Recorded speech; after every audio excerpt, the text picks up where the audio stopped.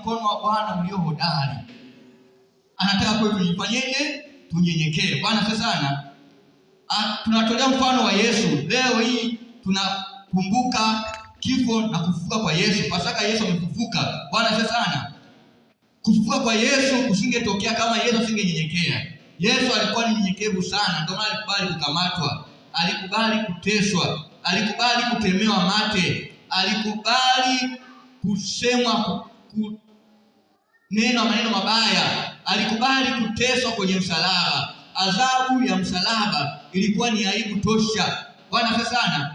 Adhabu ya kuhukumiwa msalabani ilikuwa ni aibu tosha. Hakuna aibu nyingine ambayo ingetendeka ikaonekana ni kubwa kuliko ile adhabu. Kitendo cha kukubali kuhukumiwa kupitia msalaba ilikuwa ni aibu tosha. Yote yale aliyachukua kwa sababu kwanza alifanyeje? Alinyenyekea. Na ndio maana akamtendea yale. Na kusudi kubwa ili apate kukufanya wewe usifanyeje? Usiaibike tena. Bwana asifiwe sana. Na ndio maana kama kuchukua nini? Ili aibu pale msalabani. Bwana asifiwe. Maana yake Yesu alikubali kupigwa ili wewe usifanyeje? Usipigwe. Bwana asifiwe. Isaya anaandika hivyo. Bwana asifiwe sana. Bwana asifiwe sana. Yesu alikubali kutemewa mate ili wewe usitemee mate tena. Bwana asifiwe sana. Yesu alikubali kusulubiwa ili wewe usulubiwe tena.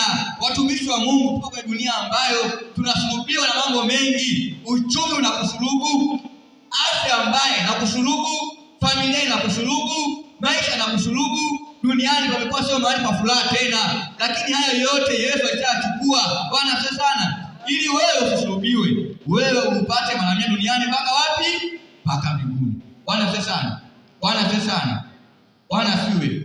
Kwa sababu alifanyeje? Alinyenyekea. Kama Yesu asingeamua kunyenyekea, maana yake leo hii tusingekuwa tunasherehekea Pasaka. Bwana asifiwe. Tusingekuwa tunasherehekea nini? Pasaka. Maana yake lile pazia la hekalu tusingekuwa limefanyeje? Limekatika. Leo tungekuwa na uhuru kuja kanisani hapa. Bwana asifiwe sana. Tukamwimbia Yesu kwa furaha zote. Bwana asifiwe sana. Bwana asifiwe sana. Lakini kwa sababu ya unyenyekevu wa Yesu, kwa sababu Yesu alinyenyekea, akaenda mpaka msalabani, akakubali kufa. Bwana asifiwe sana. Na ndio maana leo tunasherehekea Pasaka. Bahati nzuri ni kwamba Yesu alifanyeje? Amefufuka. Bwana asifiwe sana. Bwana asifiwe sana. Maana yake nini? Maana yake alipokuwa anasema nyenyekeeni chini ya mkono wa Bwana uliokuwa hodari ili awainue kwa wakati wake. Unyenyekevu huwa unaleta kufanyeje? Kuinuliwa. Yesu alinyenyekea akafa. Shetani kwa wakati ule alijua shamaliza kazi. Lakini siku ya tatu Yesu alifanyeje? Amefufuka. Ameinuliwa. Bwana asifiwe sana. Bwana asifiwe sana. Na kwa kufufuka kwake, maana yake shetani akapokonywa ile mamlaka. Hana nguvu tena juu yetu. Bwana asifiwe sana. Na ndio maana leo umemvaa Yesu, unaweza kumwambia shetani toka, akatoka. Bwana asifiwe sana. Kama Yesu asingekuwa msalabani, asingefufuka, basi tuseme angekufa tu, asingefufuka. Asingefufuka. Hata hii nguvu ya kusema tusingekuwa nayo. Bwana asifiwe sana. Bwana asifiwe sana. Tofauti na binadamu wengine walioishi duniani, binadamu wote walikufa, hawakufufuka. Yesu peke yake alikufa, akafanyeje? Akafufuka.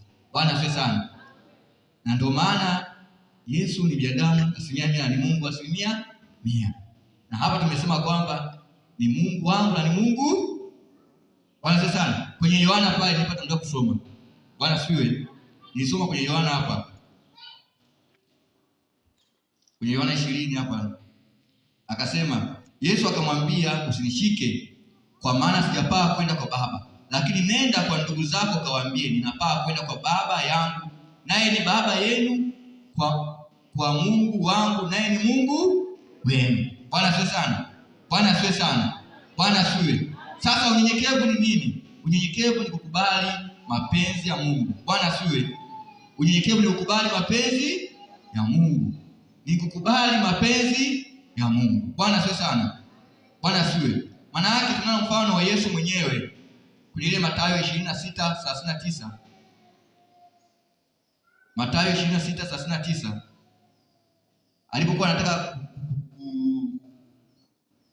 ukikataa kile kikombe, lakini akasema mapenzi yake afanyeje? Yatimizwe. Mathayo 26:39 inasema, Mathayo 26:39 Biblia inasema, akaendelea mbele kidogo, akaanguka kifurifuri, akaomba akisema, Baba yangu, ikiwezekana kikombe hiki kiniepuke, walakini si kama nitakavyo mimi, bali kama utakavyo wewe. Huu ni unyenyekevu mkubwa sana. Bwana siwe. Huu ni unyenyekevu mkubwa sana wa kutaka mapenzi ya Mungu yatimizwe. Si kama utakavyo wewe, bali atakavyo nani? Mungu. Watumishi wa Mungu, maisha tunayoishi sasa hivi ni maisha ambayo inahitaji unyenyekevu sana kwa Mungu. Kwa sababu yako mambo Mungu anasema na wewe, yaani mwili wako unakataa kabisa. Bwana sana. Hali halisi inakataa kabisa. Mazingira yanakataa. Lakini utasema Mungu, mapenzi yako afanyeje? Yatimizwe kwa ajili ya kazi yako. Huu ndio unyenyekevu. Bwana sana. Huangalii matakwa yako mwenyewe. Ni kweli mwili unakataa.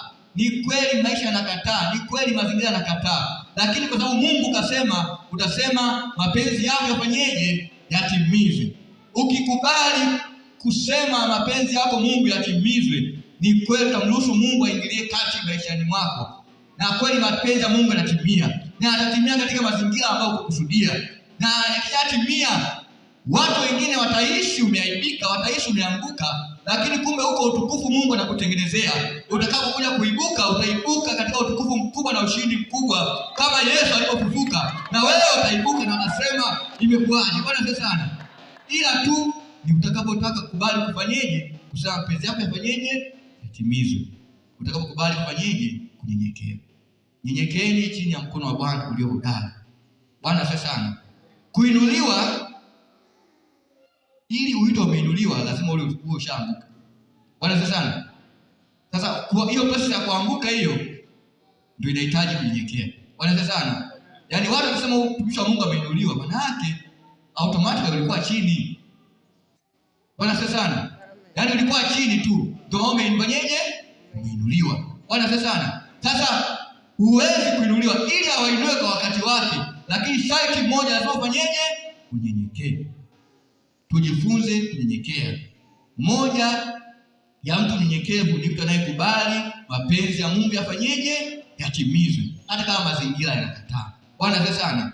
Bwana sana. Bwana siwe. Tunaelewana eh? Kwa hiyo kwenye maisha yako, acha mipango yako inayopingana na Mungu.